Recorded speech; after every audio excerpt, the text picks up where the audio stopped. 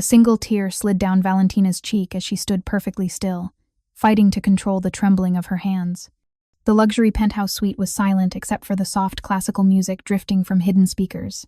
She'd hoped the bruises on her wrists would be covered by the sleeves of her blouse, but as she'd reached for the crystal decanter to pour his bourbon, her sleeve had slipped. And he had seen it, the unmistakable pattern of fingerprints wrapped like violent bracelets around her delicate skin. "Who made you cry? Who made you cry?" Dante Romano's voice was dangerously soft as he set down his pen and studied her with those impossibly dark eyes that seemed to see everything. How was she supposed to answer the most feared man in the city when she couldn't even admit the truth to herself? If you're enjoying this story so far, don't forget to hit the like button and subscribe. Drop a comment telling me where in the world you're watching from. I love hearing from you. Valentina, forced to balance mine, smile that never reached her eyes. "It's nothing, Mr. Romano. I just bumped into the door last night. I'm rather clumsy sometimes." She tugged her sleeve down quickly, but the damage was done.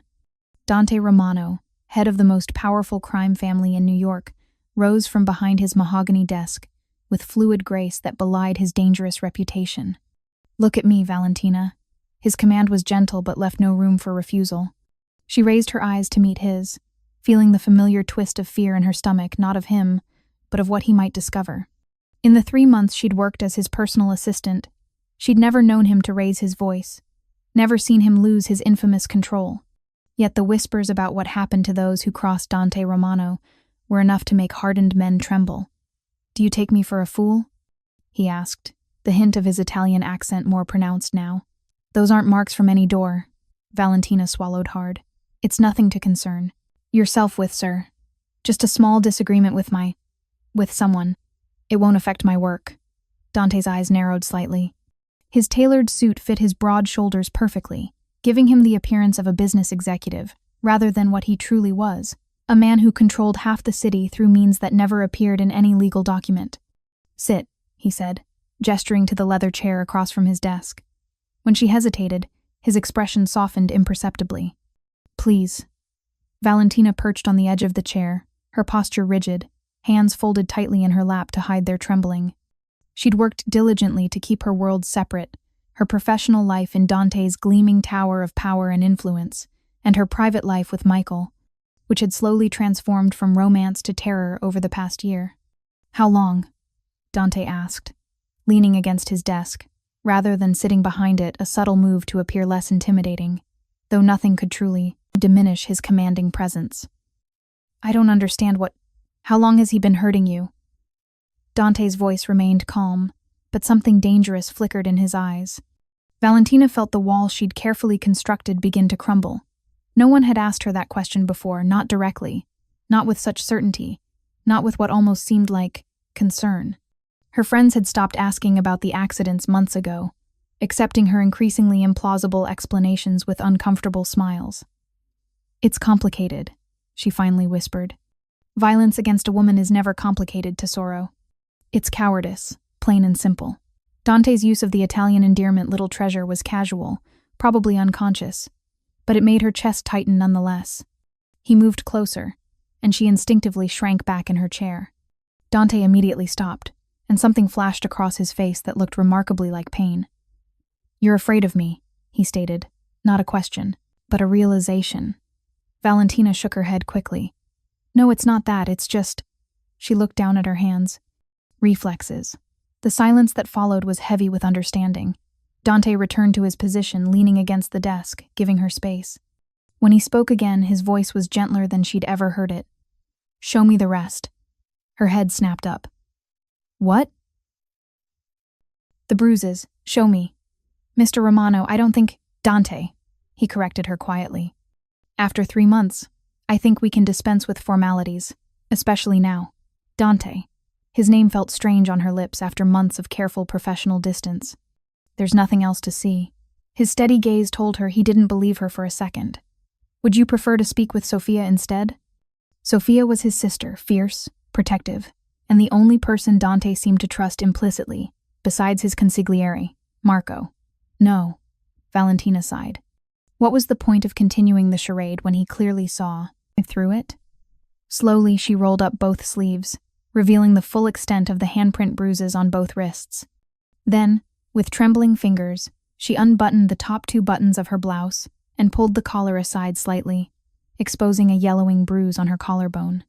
Dante's expression remained carefully neutral, but she could see the muscle ticking in his jaw, the slight flaring of his nostrils, the only signs of the rage she knew must be building inside him. "His name?" Dante said, each word precise and measured. "I can't." The words escaped in a whisper. "You can."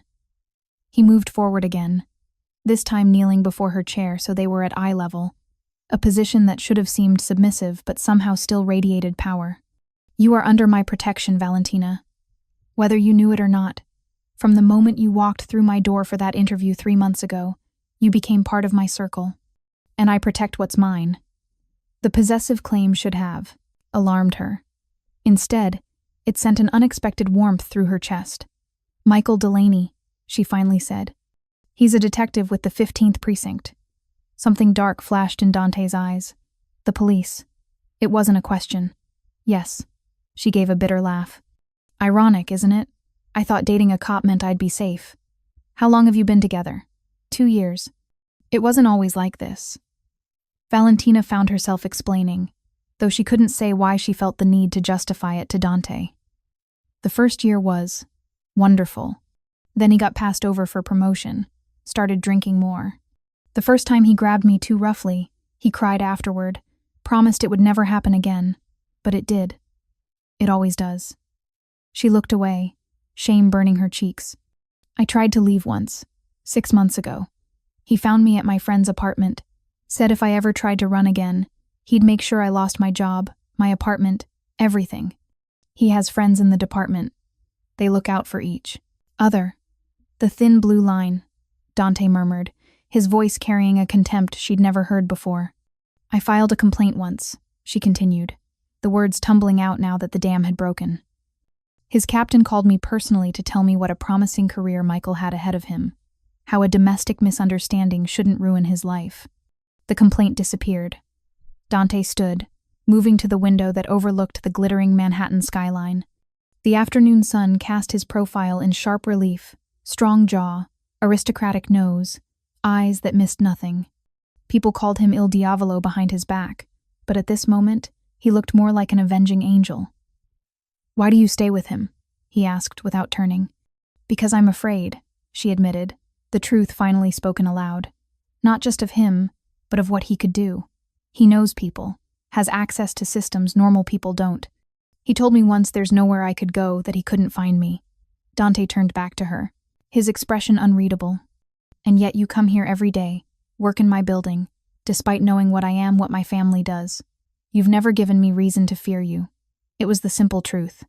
Despite his reputation, despite the whispered stories, Dante Romano had shown her nothing but respect from the first day.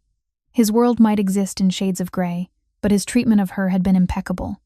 A ghost of a smile touched his lips. "Some might call that poor judgment on your part. I've made enough poor judgments to know the difference," she countered with unexpected boldness. His smile deepened slightly, revealing a glimpse of what he might have been in another life, not the head of a criminal empire, but perhaps simply a man with extraordinary charisma and intelligence. The moment passed quickly, replaced by something more calculating. "When do you see him next?" Dante asked. The question sent a chill through her. "Tonight, he's coming to my apartment after his shift. Ends at 9. Dante nodded thoughtfully. "Call him.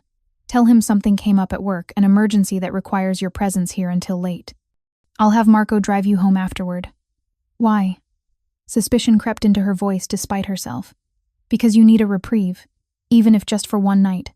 And because I need time to think." He moved back behind his desk, a subtle signal that their intimate conversation was shifting back to professional territory. "Take the rest of the afternoon to compose yourself. Use my private lounge if you wish. When you're ready, we'll discuss the Henderson contract as planned." Valentina stood on shaky legs, confused by the sudden change but relieved by the offered escape. At the door, she paused. "What are you going to do?" Dante looked up from the document he'd already refocused on, his expression giving nothing away. "Tonight? Nothing. I'm simply giving you breathing room." He held her gaze steadily. "But Valentina, understand this. What happens after tonight will depend entirely on what you decide you want." "What I want?" The question slipped out before she could stop it. Yes. His dark eyes were intense now, searching hers. Because while I will not allow anyone, badge or no badge, to hurt someone under my protection, I also won't make decisions for you. That's what he does, isn't it? Control? Take away your choices? The insight was so unexpected, so accurate, that she could only stare at him. Think about what you want, Valentina. Not what you fear, not what you think is possible or impossible. What you want. Then we'll talk again. She nodded slowly, understanding that something fundamental had shifted between them, and perhaps within herself as well. Thank you. Dante. His only response was a slight nod before returning his attention to his work. That evening, Marco Dante's stone-faced consigliere drove her home in a sleek black Audi, with windows tinted dark enough to obscure the passengers. He didn't speak during the drive except to ask for her address, but as he pulled up to her modest apartment building, he handed her a small black phone. From Mr. Romano, he explained, his voice deep and accented. Secure line, one number programmed his. Use it if you need anything. Anything at all. Valentina took the phone with trembling fingers. I don't understand. Why would he? Mr. Romano values loyalty and competence, Marco interrupted smoothly. You've shown both. The phone is simply a practical matter, but they both knew it was more than that. The weight of the small device in her hand felt like both a lifeline and a tether to Dante's world, a world she had deliberately kept herself separate from until now. I'll wait until you're safely inside, Marco said, ending the conversation. In her apartment, Valentina placed the phone carefully on her nightstand and tried to process the day's events. The man she'd worked for diligently, keeping a professional distance, even as she secretly admired his intelligence and commanding presence, had seen through her careful facade in an instant. And instead of dismissing her problems or offering empty platitudes, he had offered, what exactly? Protection? An alliance? A choice? If you're hooked on this story, make sure to subscribe and turn on notifications so you never miss an upload. Your support means everything and helps me bring you more emotional stories like this one.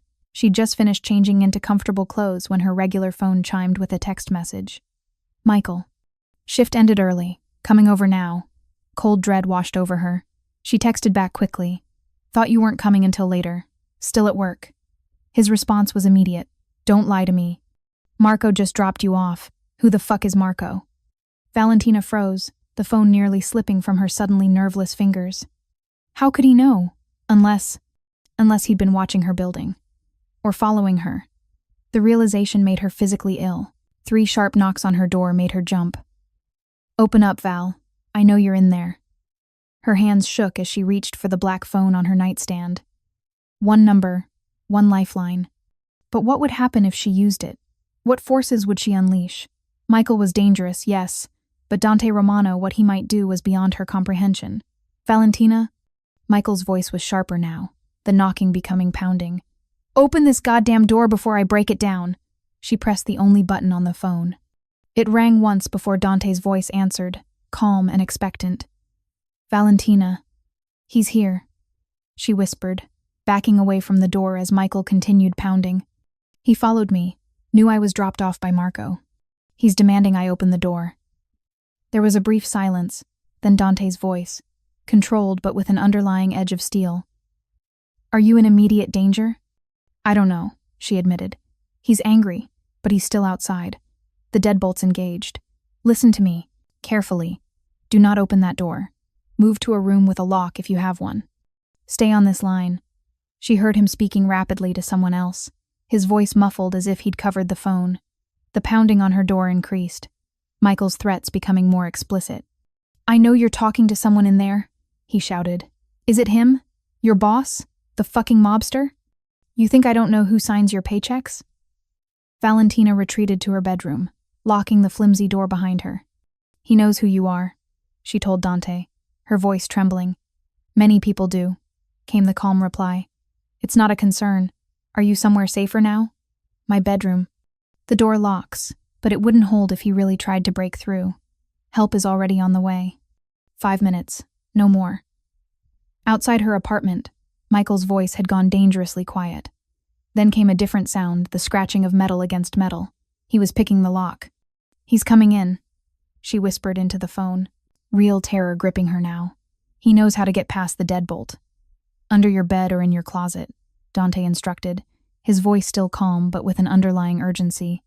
Hide. Now. Stay silent unless he finds you. She chose the closet, sliding between hanging clothes, pulling the door closed just as she heard the apartment door swing open. Michael's footsteps were heavy, deliberate. Valentina! His voice had that false sweetness that always preceded his worst moments. Baby, come on out. We need to talk about your new friends. She pressed herself against the wall of the closet, clutching the phone to her chest, but not daring to speak. Michael's footsteps moved through the apartment methodically. She heard drawers being opened, things being thrown. You know I'm a detective, right? His voice was closer now, just outside the bedroom. Finding people is what I do. Did you really think I wouldn't check out who you're working for? The Romano family? Seriously? The bedroom. Door rattled. Open this door, Val. Don't make me break it down. 3 more violent shakes and the flimsy lock gave way. Michael stalked into the bedroom, his police-issue boots heavy on the hardwood floor. Where are you, you little bitch? The pretense of sweetness was gone now. Hiding won't help. Nothing will help. You think a mobster is going to save you from me? I've got a badge. I've got immunity. I've got brothers in blue who will back up any story I tell. He was moving around the room now, checking under the bed. Valentina closed her eyes, pressing back further into the hanging clothes, praying he wouldn't check the obvious hiding spot. The closet door suddenly wrenched open, flooding her hiding place with light. Michael stood there, his handsome face contorted with rage, blue eyes cold as ice. There you are, he said, reaching in to grab her arm. She screamed, purely instinctive, as he dragged her from the closet. The black phone tumbled from her grasp, skidding across the place, a floor. Michael noticed it immediately. What's this? A little gift from your boss? He lunged for it, but Valentina was quicker, diving across the bed to snatch it up. It's just a work phone, she lied, clutching it behind her back. Bullshit. He advanced on her, backing her against the wall. You called him, didn't you? What, you think he's going to ride in like some kind of knight in shining armor? Newsflash. Baby men like Romano don't care about women like you. You're just another employee to him. Despite her fear, something inside Valentina hardened at his words.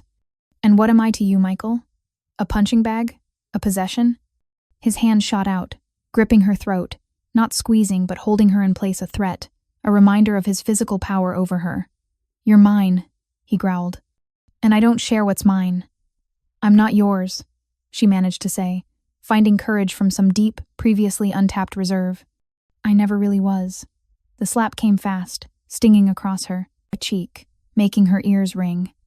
But just as Michael raised his hand for a second blow, the apartment door splintered open with a crash that seemed to shake the entire building. 4 men in black suits poured into the apartment, moving with practiced efficiency. Michael whirled toward the sound, instinctively reaching for the weapon at his hip. But before he could draw it, 2 of the men had him pinned against the wall, his arms wrenched behind his back. The 3rd man checked the rest of the apartment with professional thoroughness, while the 4th, Marco, approached Valentina where she had slumped to the floor. Are you hurt, Miss Valentina? He asked, his face impassive, but his eyes assessing her condition with genuine concern. She touched her stinging cheek. No, not really. He only hit me once. Michael struggled against his captors. This is police brutality, he snarled. I'm a detective with NYPD. You're all going down for this. The men holding him didn't react, their expressions as impassive, as if they were simply waiting for a bus, rather than restraining an enraged police officer. Mr. Romano is waiting downstairs, Marco told Valentina, offering his hand to help her up. He thought you might wish to leave this place tonight. You can't take her, Michael shouted, struggling harder. This is kidnapping. I'll have every cop in the city looking for her. Marco finally acknowledged Michael's presence with a cold glance. The lady will decide where she wishes to go. Unlike some, we believe in choices. Valentina stood shakily, gathering her dignity despite the throbbing in her cheek. What will happen to him? She asked quietly. That depends, Marco replied enigmatically. On what? On what you want to happen. His dark eyes were serious. Mr. Romano was very clear about that part. The weight of that statement settled on her shoulders. Choices. Power she'd never been offered before. I need to pack some things, she said finally. Marco nodded to one of his men, who released Michael to assist her. Michael, still restrained by the other guard, watched with helpless fury as she quickly gathered essentials into a small overnight bag. When she was ready, Marco led her toward the door. She paused, turning back to look at Michael, the man she'd once loved. The man who had systematically dismantled her confidence, her security, her sense of self over months of escalating abuse. "What do you want us to do with him, miss?" Marco asked quietly. Michael's eyes widened with genuine fear for the first time. "Val, baby, don't do this. Whatever you're thinking, don't. We can work this out. Stop talking," one of the guards ordered, tightening his grip. Valentina studied Michael's face, searching for any trace of the man she'd fallen in love with. There was nothing there but rage, entitlement, and now, fear. But she wasn't like him. She wouldn't use fear as a weapon. "Let him go," she said finally. "Val, I knew you. Not for you." She cut him off coldly. "I'm not doing this for you. I'm doing it for me. Because I refuse to let you make me into someone who seeks vengeance." She turned to Marco. "But I want a restraining order. And I want evidence of what he's done to me documented officially." Marco nodded solemnly, then looked to his men. "You heard Miss Valentina. Release him." As the guard stepped back, Michael straightened his rumpled shirt, a sneer forming on his lips. "You think a piece of paper will stop me? I think, Marco interrupted, his voice deadly quiet, "that you should consider yourself extraordinarily fortunate. And I think you should understand that while Miss Valentina has chosen mercy, Mr. Romano has merely deferred to her wishes. For now."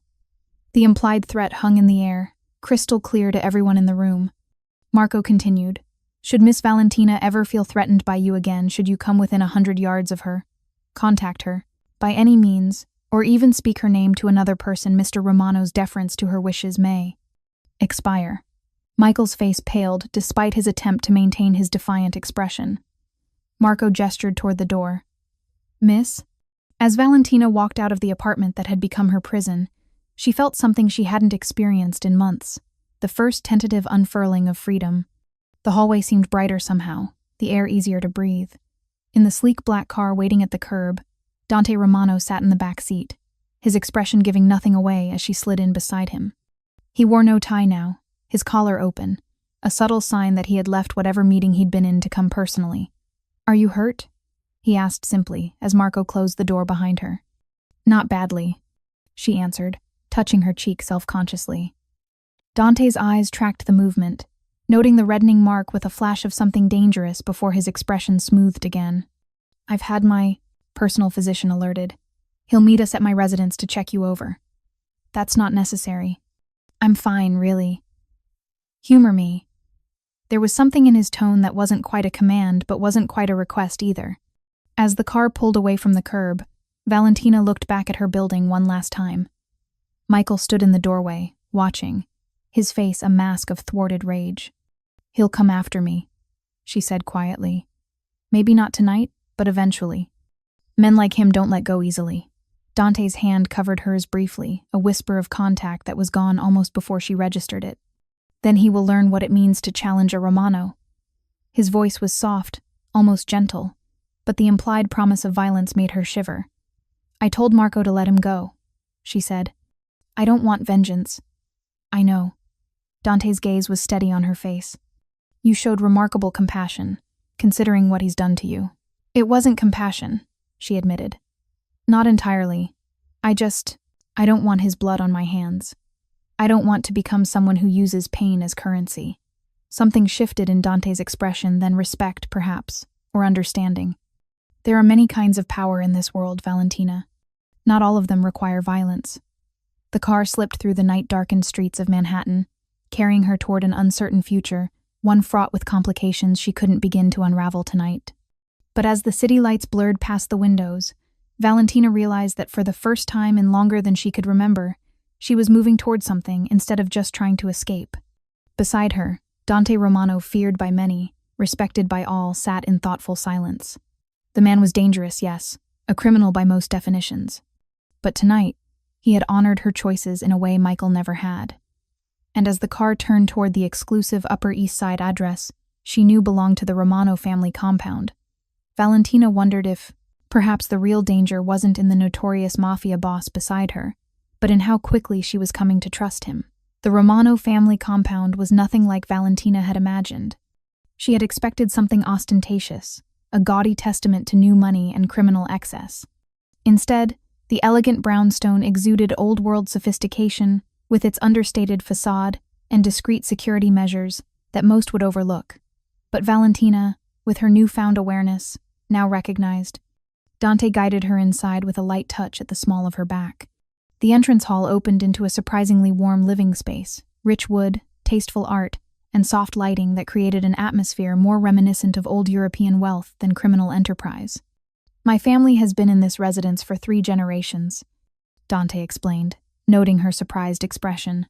"My grandfather purchased it in 1947. A silver-haired woman appeared from what Valentina assumed was the kitchen, her sharp eyes taking in Valentina's overnight bag and the reddened mark on her cheek in one comprehensive glance. "Rosa," Dante addressed her in Italian before switching to English. "Please prepare the blue guest suite for Miss Valentina. She'll be staying with us for a while." The woman nodded, her expression warming slightly as she looked at Valentina. "Of course. Would you like something to eat, miss? You look like you could use some proper food."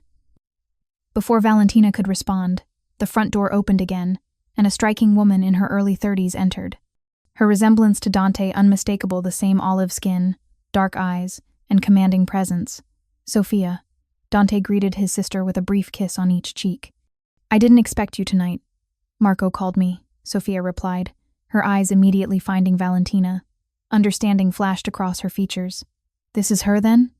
Valentina shifted uncomfortably under the scrutiny, suddenly aware of how she must appear disheveled, bruised, clutching her hastily packed bag like a refugee.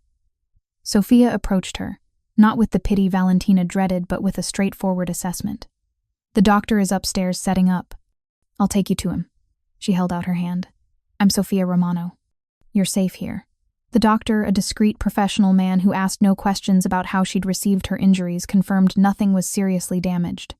He photographed the bruises on her wrists and cheek, documenting them with clinical precision before providing arnica cream and mild painkillers. "For the legal documentation," Sophia explained after the doctor left, "in case you decide to press charges."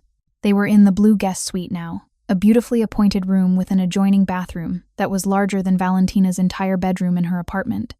Sophia had stayed with her throughout the examination, her presence unexpectedly comforting. "He's a cop," Valentina said quietly. "Charges won't stick." Sophia's expression hardened. "Perhaps not through conventional channels, but my brother has other ways of ensuring justice." The casual reference to Dante's extra-legal powers sent a chill through Valentina.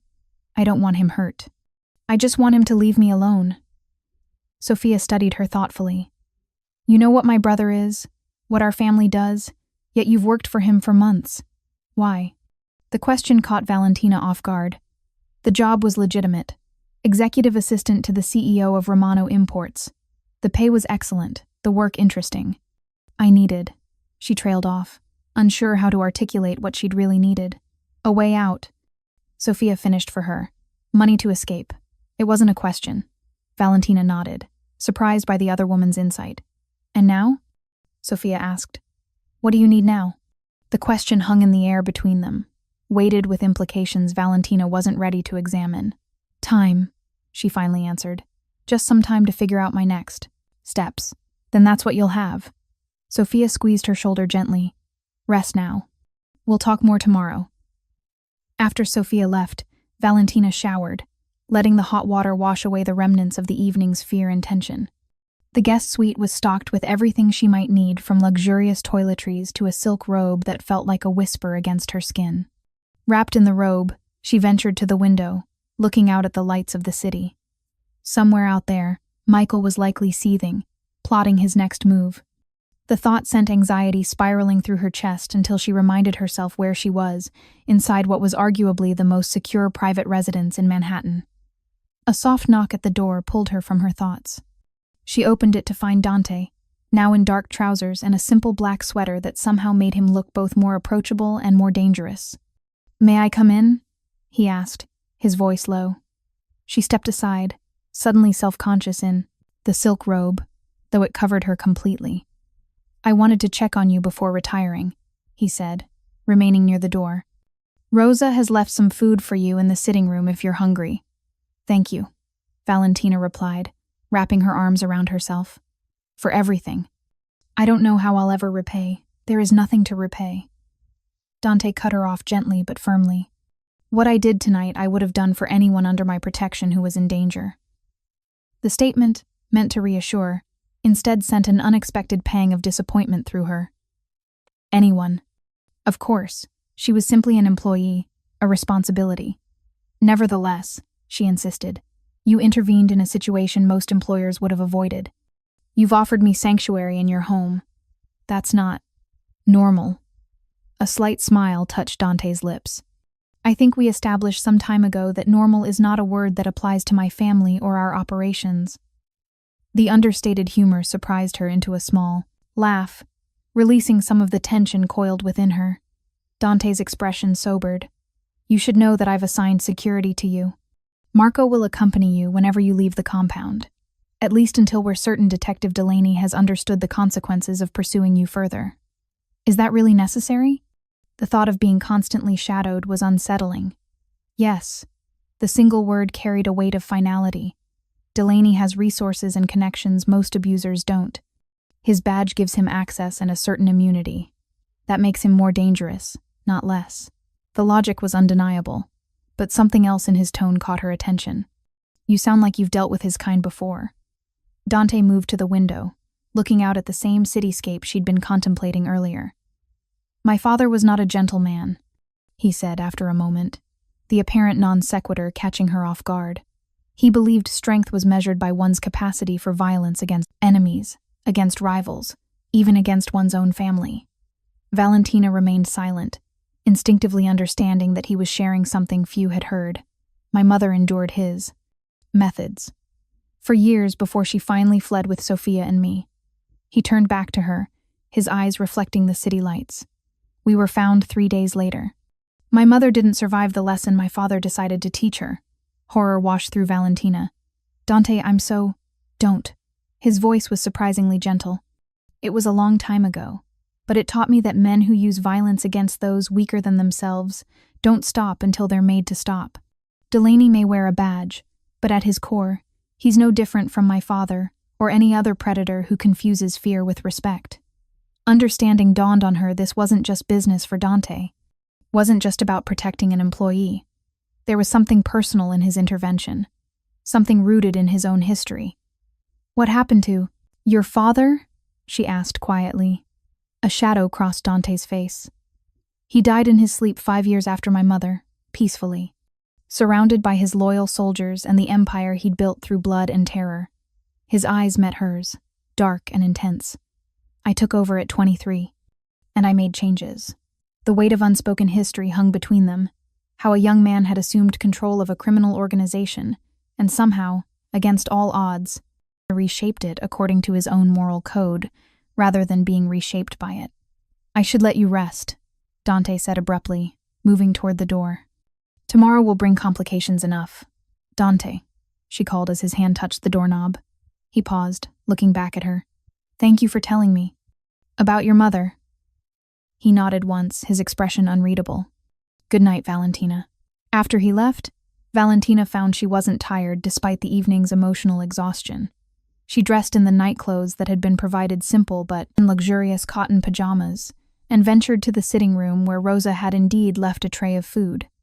Crusty bread, cheese, sliced fruit, and a small decanter of wine. As she nibbled at the food, she tried to reconcile the Dante she'd glimpsed tonight with the man she'd worked for these past months, the ruthlessly efficient businessman, the crime lord whose name was whispered with fear and respect throughout the city. The juxtaposition was disorienting. He's not what you expected, is he? Sophia's voice came from the doorway. She'd changed into casual clothes but still managed to look elegant. Valentina gestured to the empty chair in invitation. No, he's more complicated. Sophia poured herself a small glass of wine before sitting. Most people never see past the name, the reputation. It serves its purpose. Fear is a powerful deterrent. But there's more to my brother than most ever know. Yet he's still the head of a criminal organization, Valentina pointed out gently. That part isn't just reputation. No, Sophia acknowledged. It's not. The Romano family operates outside the law in many ways. But since Dante took control, we've established boundaries lines we don't cross. No drugs, no human trafficking, no violence against innocents or children. She took a sip of wine. My brother calls it ethical criminality. I call it making the best of our inheritance. And that's enough? To ease your conscience? The question escaped before Valentina could filter it. Rather than taking offense, Sophia seemed to appreciate her directness. Sometimes, not always. But we can't escape who we are, only choose what we do with the power we've been given. She studied Valentina over the rim of her glass. My brother sees something in you, you know. Something beyond a frightened employee needing protection. Heat rose to Valentina's cheeks. I don't know what you mean. I think you do. Sophia's smile was knowing. In 3 years as CEO, Dante has never personally intervened in an employee's personal life. He's never brought anyone to our family home who wasn't already part of our inner circle. She set down her wine glass. Be careful with his heart, Valentina. It's more fragile than he lets anyone see. Before Valentina could formulate a response to this startling statement, Sophia rose. Get some sleep. Tomorrow will be eventful. Eventful proved to be an understatement. Valentina woke to find clothes in her size laid out designer items with tags still attached. A note from Sophia explained that her assistant had delivered them early that morning, along with other necessities Valentina might need. Dressed in a simple but elegant outfit that probably cost more than a month of her salary, Valentina made her way downstairs where she found the Romano siblings in what appeared to be a heated discussion in Italian. They broke off when she entered, Dante's expression smoothing into professional neutrality. Good morning, he greeted her, impeccably dressed in one of his trademark suits. I trust you slept well? Yes, thank you. She glanced between them. Is everything all right? A minor business disagreement, Sophia supplied with a dismissive wave. Nothing for you to worry about. But there was a tension in the air that belied the casual explanation. I'll be at the office most of the day, Dante told her. Marco will remain here with you. I've instructed Rosa to provide anything you need. He hesitated. There's also the matter of your apartment. If you'd like to collect more of your belongings, Marco can arrange it at a time when we're certain Delaney won't be there. The reminder of her situation of being effectively homeless, dependent on Dante's protection, sent a wave of anxiety through her. I should look for a new place, she said, more to herself than to them. Somewhere he won't know to look. There's no rush, Dante assured her. You're welcome to stay here as long as necessary. Actually, Sophia interjected, I may have a solution. My friend owns a security building downtown with several vacant furnished units. Short-term leases, very discreet. The kind of place people stay when they need to. Disappear for a while. The offer was tempting, a stepping stone between dependence and true independence. I'd appreciate that, Valentina said. Thank you. After breakfast, Dante departed for his office, leaving Valentina with Sophia and Marco. The consigliere remained a silent, watchful presence, as Sophia showed Valentina around the parts of the compound, deemed safe for her to know the main living areas, the gardens, the small but well-equipped gym. My brother has instructed that you're to have access to everything except his private office in the basement levels, Sophia explained as they walked through the sunlit conservatory. The basement. Valentina trailed off, not wanting to ask what happened in those restricted areas. Sophia's expression was unreadable. Some questions are better left unasked, Valentina. By mid-afternoon, Valentina was restless. The compound, for all its luxury, was beginning to feel confining. When she mentioned wanting fresh air, Marco immediately arranged for the courtyard garden to be secured for her use. She was sitting on a stone bench surrounded by late summer roses, when a commotion from inside caught her attention. Raised voices, one of them unmistakably Dante's, carried through the open French doors. Against her better judgment, she moved closer. Unacceptable risk, Dante was saying, his voice controlled but vibrating with tension. You went against my explicit instructions. It was necessary, came Marco's calm reply. The detective was making inquiries at the station about Miss Cooper, showing an unhealthy interest in Romano Imports' personnel records. You should have informed me first. There wasn't time. He was moving quickly, contacting friends in cybercrimes. If he had managed to access our secure servers. So you took matters into your own hands. The edge in Dante's voice would have made most men flinch. Marco, apparently, was not most men. I protected our interests. And hers. A long silence followed, then Dante asked, "Was he hurt?" "Not permanently," Marco answered. "Just enough to understand the seriousness of his situation." Another beat of silence. "And the message?" "Delivered exactly as specified. He knows that any further interest in Miss Cooper will result in the release of certain documented indiscretions. His badge won't survive the exposure." Valentina's breath caught in her throat. They had confronted Michael, done something to him without telling her. Without her consent. After Dante had explicitly promised her that he wouldn't make decisions for her. She stepped into the doorway, making her presence known. Both men turned to her, Marco impassive as ever, Dante's expression flickering briefly with something that might have been guilt before, settling into its usual controlled mask. "What did you do?" she asked quietly. Dante dismissed Marco with a slight nod. Once they were alone, he gestured for her to sit, but Valentina remained standing. "Tell me what happened," she insisted. "Detective Delaney was attempting to access information about you through police databases," Dante explained, his tone carefully neutral. "He was also making inquiries about Romano imports, about me. It presented a security risk to my organization and to you." "So you what? Threatened him? Hurt him?"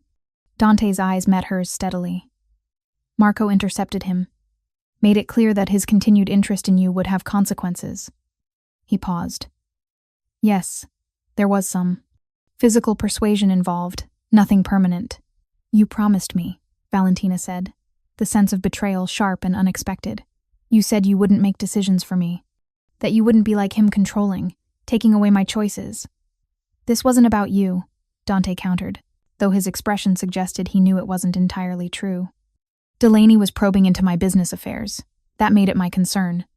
"Don't," Valentina's voice hardened. "Don't pretend this was just business. You went after him because of me, because of what he did to me. But you did it behind my back, without my knowledge or consent."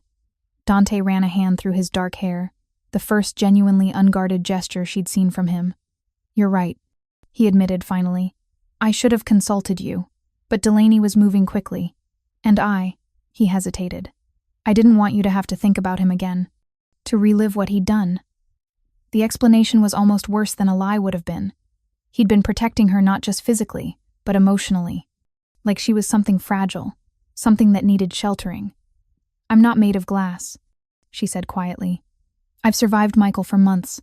I don't need to be shielded from the reality of who he is or what must be done to stop him." Something shifted in Dante's expression, respect mingled with what might have been admiration. "No," he agreed softly. "You're not made of glass at all." For a moment, they simply looked at each other, the air between them charged with unspoken truths and growing recognition. Then Dante stepped closer, closing the distance without quite entering her personal space. "I apologize," he said, the words clearly unfamiliar on his tongue. "It won't happen again." The sincerity in his voice disarmed her anger. What exactly did Marco tell Michael? That we have evidence of his corruption payments he's received for looking the other way on certain investigations. That we've documented his history of domestic violence, not just against you, but 2 previous girlfriends who were too frightened to come forward. Dante's eyes never left hers.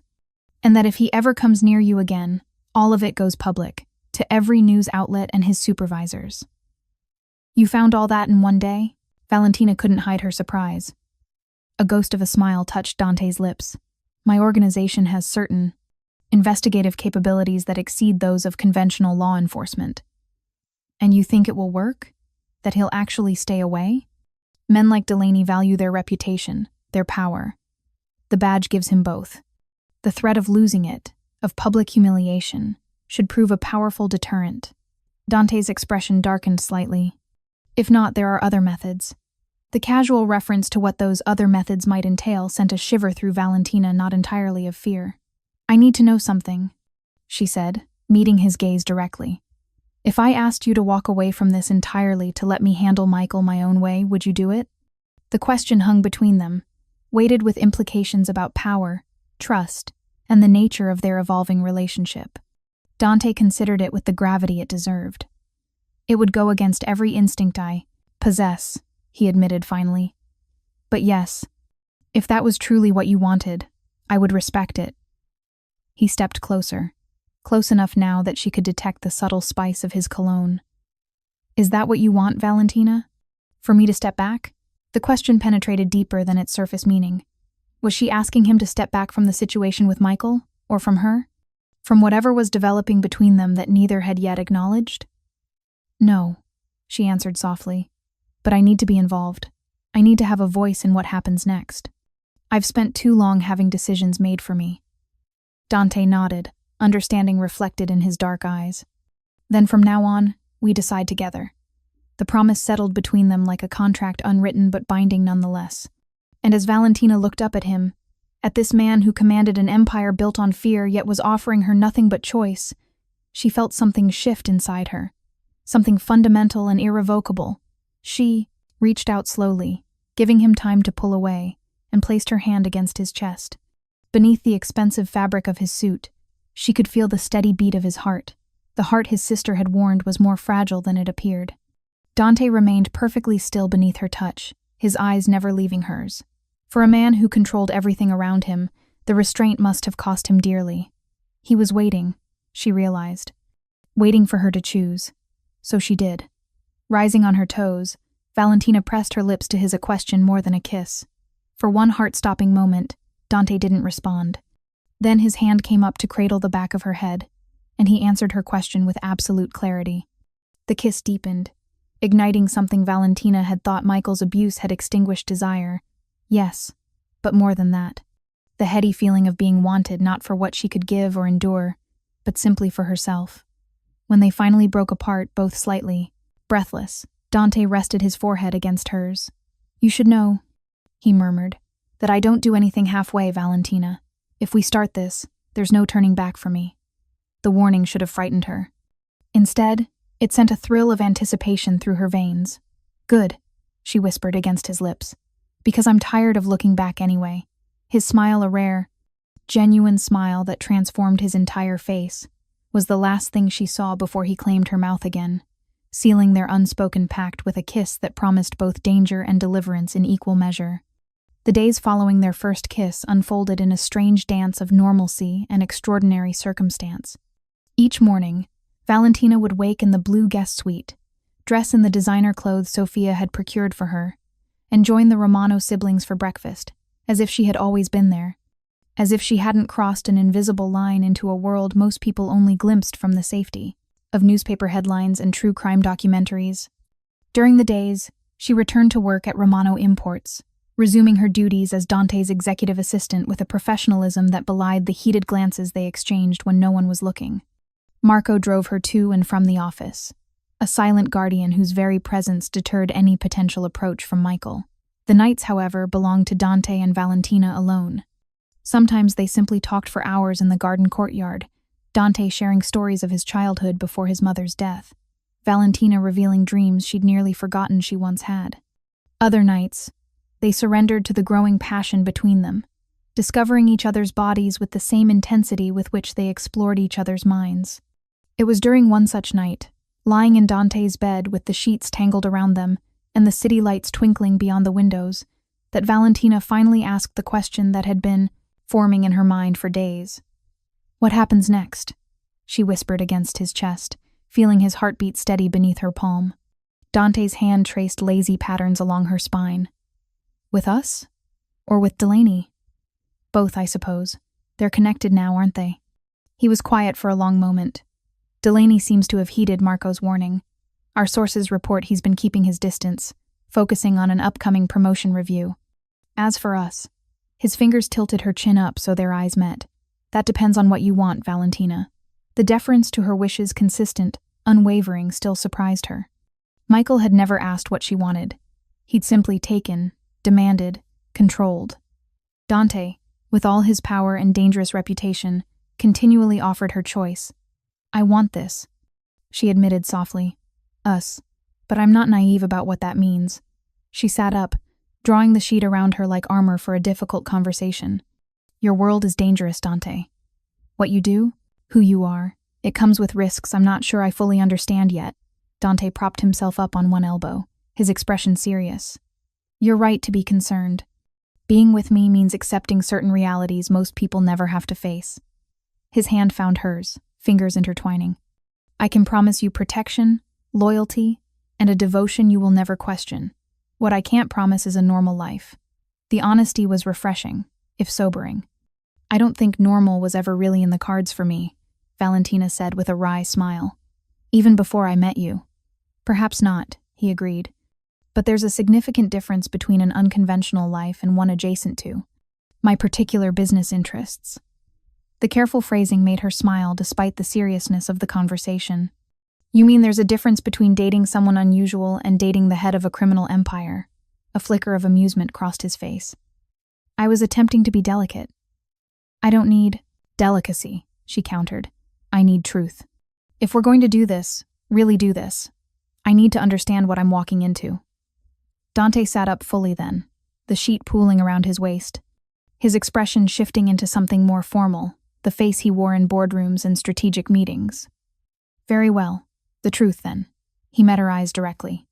"I am the head of an organization that operates both within and outside the law. We control significant portions of import-export business in the Northeast, have interests in construction, real estate, and certain entertainment venues. Some of these enterprises are entirely legitimate.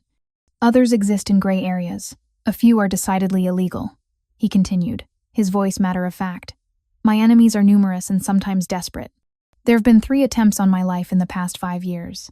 Anyone close to me becomes a potential target or leverage point."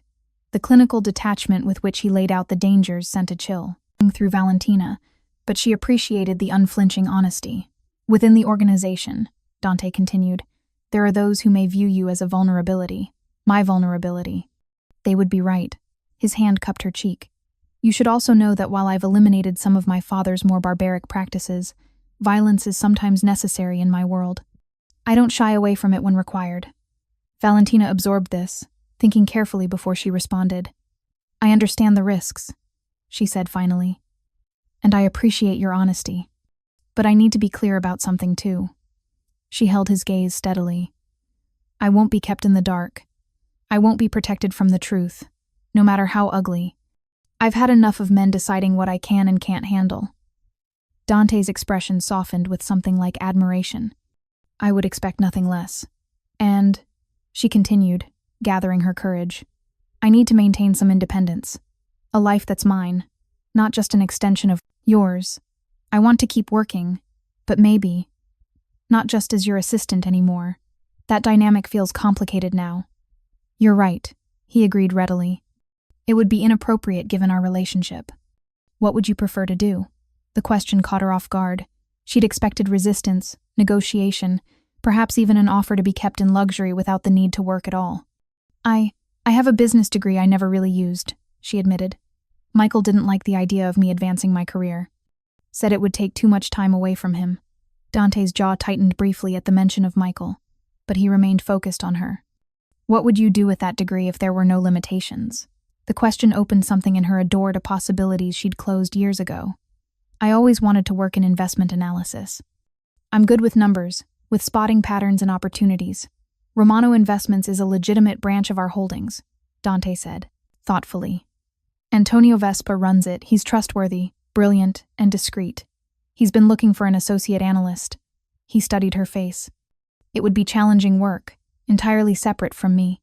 Your success or failure would be based solely on your own merits. The offer was perfect, almost too perfect. You'd do that? Create a position for me?" "I wouldn't create anything," Dante corrected her. "The position exists. You'd interview with Antonio like any other candidate. If he doesn't think you're qualified, you won't get it." His lips curved in a slight smile. "I may bend many rules, Valentina, but I don't compromise the integrity of my legitimate businesses. They succeed because they're run properly." The distinction was important. He wasn't offering charity or nepotism, but an opportunity she would need to earn. "I'd like that," she said softly. Dante nodded, then his expression grew more serious. "There's one more thing we need to discuss." He hesitated, uncharacteristically uncertain. "Delaney has been quiet, but I don't trust it. He's the type to nurse a grudge, to wait for an opportunity." A knot of anxiety formed in Valentina's stomach. You think he's still a threat? I know he is, Dante replied, his certainty chilling. Men like him don't simply accept defeat, especially not at the hands of someone like me. His pride won't allow it. So what do we do? Dante's eyes were dark, unreadable. That depends on how permanent a solution you want. The implication hung in the air between them. Valentina understood what he was offering: a final end to the threat Michael posed. Not just a warning or blackmail material, but something irrevocable. No, she said firmly. I don't want him dead, Dante. That's not who I am. That's not who I want us to be. Relief flickered across his features, so quickly she almost missed it. I had to offer, he explained, to be sure you knew all options were available to you. I know, she said softly, touching his face, and I appreciate the choice. But there must be another way to neutralize the threat he poses without crossing that line. Dante turned his head to press a kiss to her palm. There might be. Let me think on it. He drew her back down beside him, cradling her against his chest. For tonight, though, let's set aside talk of Delaney in the future. Tonight is just for us. Valentina closed her eyes, breathing in his scent, letting herself believe that such simplicity was possible, if only until morning. The next week passed in a blur of activity. Valentina interviewed with Antonio Vespa, a shrewd but fair man in his 50s who seemed genuinely impressed with her analytical skills and market knowledge. 2 days later, she was offered the associate analyst position, complete with a salary that made her eyes widen and an office with a view of the Hudson.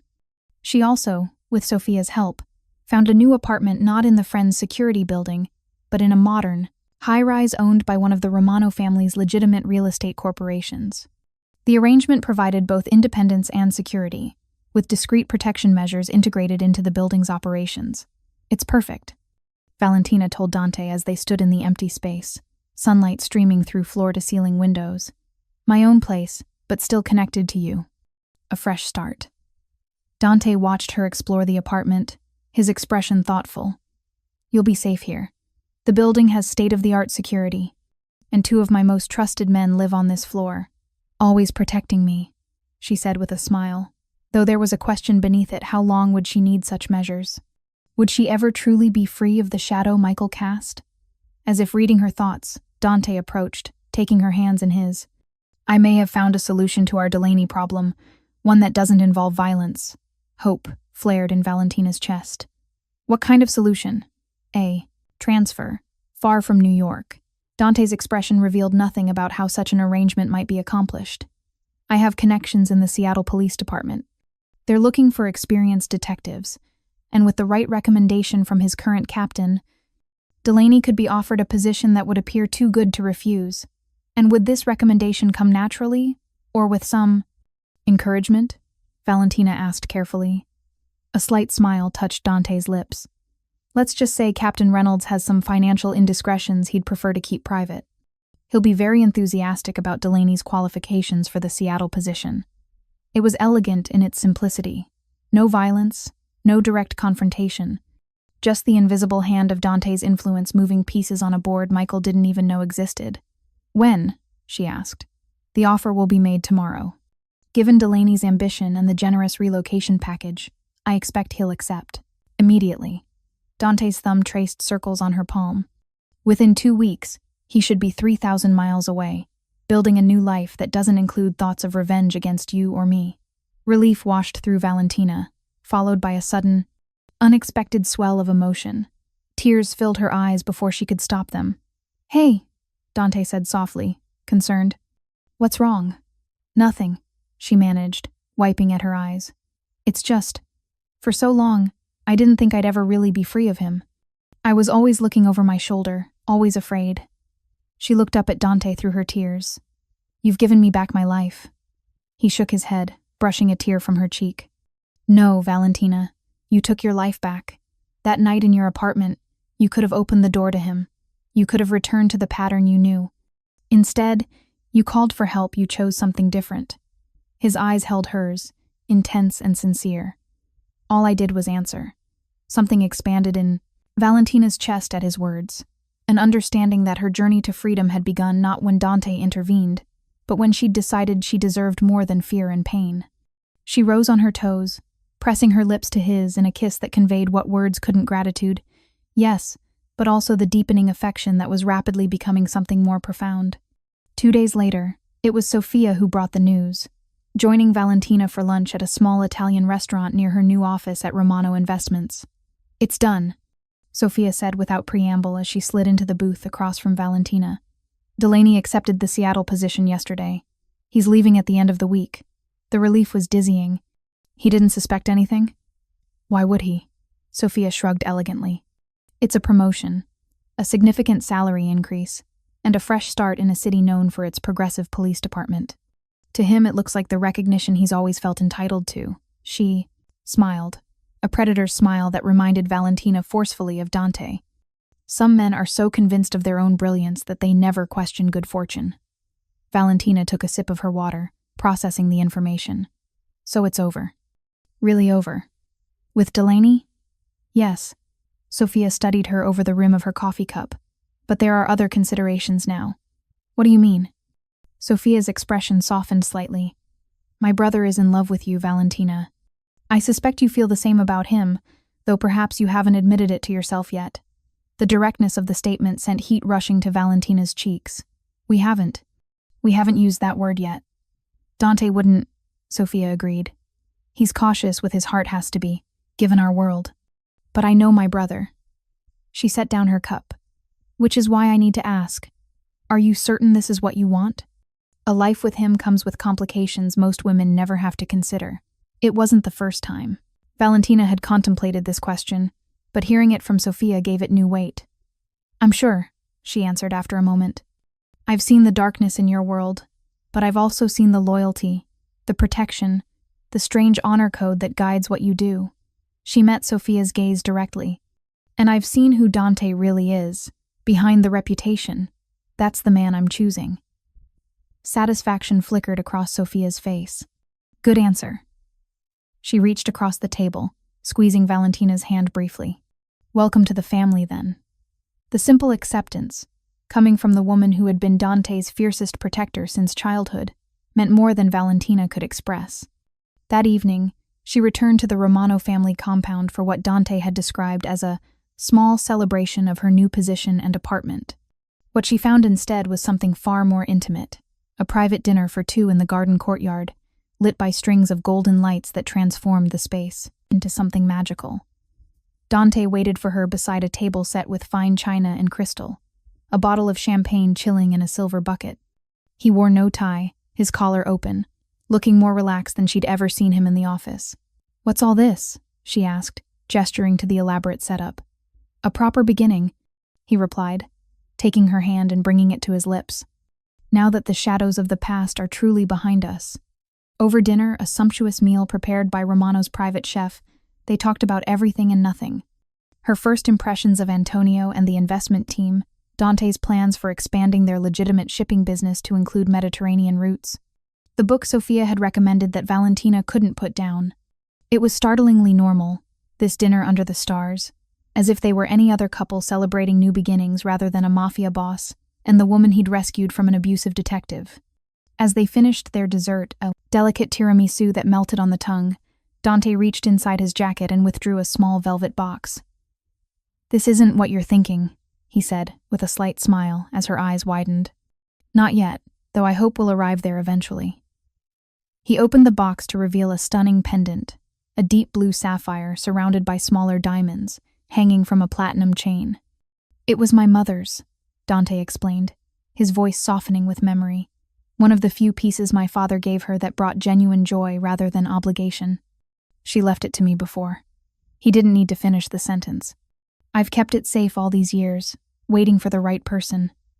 Valentina's breath caught as he lifted the necklace from the box. "Dante, I can't accept something so significant." "You can," he countered gently, "because you understand its value beyond the stones themselves. You understand what it means that I'm choosing to share this piece of her with you. The depth of trust implied in the gesture wasn't lost on her. This wasn't merely an expensive gift. It was Dante allowing her into one of the most closely guarded parts of himself, his memories of his mother, his grief, his hope that something beautiful could emerge from tragedy. She turned, lifting her hair so he could fasten the necklace around her throat. The pendant rested just below her collarbone, the sapphire catching the golden light. "Perfect," Dante murmured, his fingers lingering at the nape of her neck. When she turned back to face him, his expression had shifted to something more serious, more intent. "I need to say something," he began, taking both her hands in his. "Something I've never said to anyone before, so you'll have to forgive me if I don't express it perfectly." Valentina's heart quickened, sensing the significance of the moment. "When you first came to work for me," Dante continued, "I noticed you immediately, not just your beauty or your efficiency, but something else. A quiet strength that was immediately apparent to anyone paying attention." His thumbs traced patterns on her knuckles. "Then I saw the bruises, and I recognized in you the same resilience I'd seen in my mother, the determination to survive, to maintain dignity even in the face of cruelty." His dark eyes held hers, unwavering. "What began as protection became admiration, and admiration has become something I never expected to feel in this lifetime." He brought one hand up to cup her cheek. "I love you, Valentina. Not because I saved you, but because you saved yourself, and in doing so, showed me a kind of courage I've rarely witnessed." The words, so simple, so profound, brought tears to her eyes. "Dante, He shook his head slightly. "You don't need to say it back, not until you're certain. I've learned patience in my line of work." But Valentina was certain had been for longer than she'd admitted even to herself. "I love you too," she said softly, the words feeling both momentous and entirely natural. "With all that you are, all that we are together. The complications, the danger, the beauty of it." The smile that transformed Dante's face was like sunrise breaking over the Manhattan skyline, gradual, illuminating, breathtaking. He drew her to him, sealing their declaration with a kiss that promised more than words ever could. Later, as they lay tangled together in his bed, Valentina traced the outline of a small scar on Dante's shoulder, evidence of one of those assassination attempts he'd mentioned so matter-of-factly. "I'm not naive," she said quietly. "I know loving you comes with risks. I know there will be difficulties ahead that most couples never face." Dante's hand moved lazily along her spine. "Yes," he agreed simply. "But I also know that what we have is worth those risks." She pressed a kiss to the scar, as if she could heal not just the physical wound but all the invisible ones he carried. "You showed me that I was strong enough to leave a situation that was destroying me. Now I'm choosing to enter one that might be dangerous in different ways, but with eyes wide open." Dante shifted, propping himself on one elbow to look down at her, his expression serious. "I will never lie to you about the realities of my world, Valentina. There will be times when I have to make difficult decisions, when the man I want to be for you conflicts with the man I must be for my family's interests.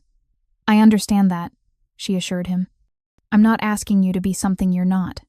I'm just asking for honesty, for partnership even in the difficult moments." He studied her face in the dim light, as if memorizing every feature. "You know, in my world, most relationships are based on advantage, on what can be gained. Even marriages are often strategic alliances rather than matters of the heart." "And us?" Valentina asked. "What are we based on?" "Something I never thought possible for someone like me," he answered softly. "Something genuine, something true." The simple honesty of his words wrapped around her heart like a promise. Whatever challenges lay ahead, whatever darkness still lingered in Dante's world or remnants of fear in hers, they would face them together, with the same strength that had brought them to this moment. 3 months later, on a crisp autumn evening, Valentina stood on the balcony of her apartment, watching the sunset paint the Manhattan skyline in shades of gold and crimson. The sapphire pendant rested against her throat, a constant reminder of how far she'd come from a woman trapped by fear to one who had found freedom in the most unexpected of places. Behind her, the door opened as Dante returned from a business meeting, his presence filling the space in that indefinable way that still made her heart skip. He joined her at the railing, slipping an arm around her waist. "Beautiful," he murmured, though his eyes were on her rather than the spectacular view. "I had a call from Sophia." "Today," Valentina said, leaning into his embrace. She mentioned Michael's doing well in Seattle, already being considered for a specialized task force. Dante's expression remained neutral. "Does that bother you?" She considered the question carefully. "No," she answered truthfully. "I don't wish him ill. I just wanted him away from me, away from us. And he is." She turned in Dante's arms to face him. "The past doesn't have power over me anymore. Pride flickered in Dante's eyes, not possession, but genuine admiration. You've built something remarkable from the ashes he left behind. Antonio tells me your investment strategies have already increased portfolio performance by 12%. Valentina smiled at the validation of her professional success. It turns out I have quite a talent for calculating risk versus reward. Indeed. Dante's lips curved in a knowing smile as he pulled her closer. A valuable skill in any arena. As the last rays of sunlight gilded the city below, Valentina thought about the extraordinary journey that had brought her here, not just to this physical place, but to this emotional space, where she had reclaimed her strength, her future, her capacity for love.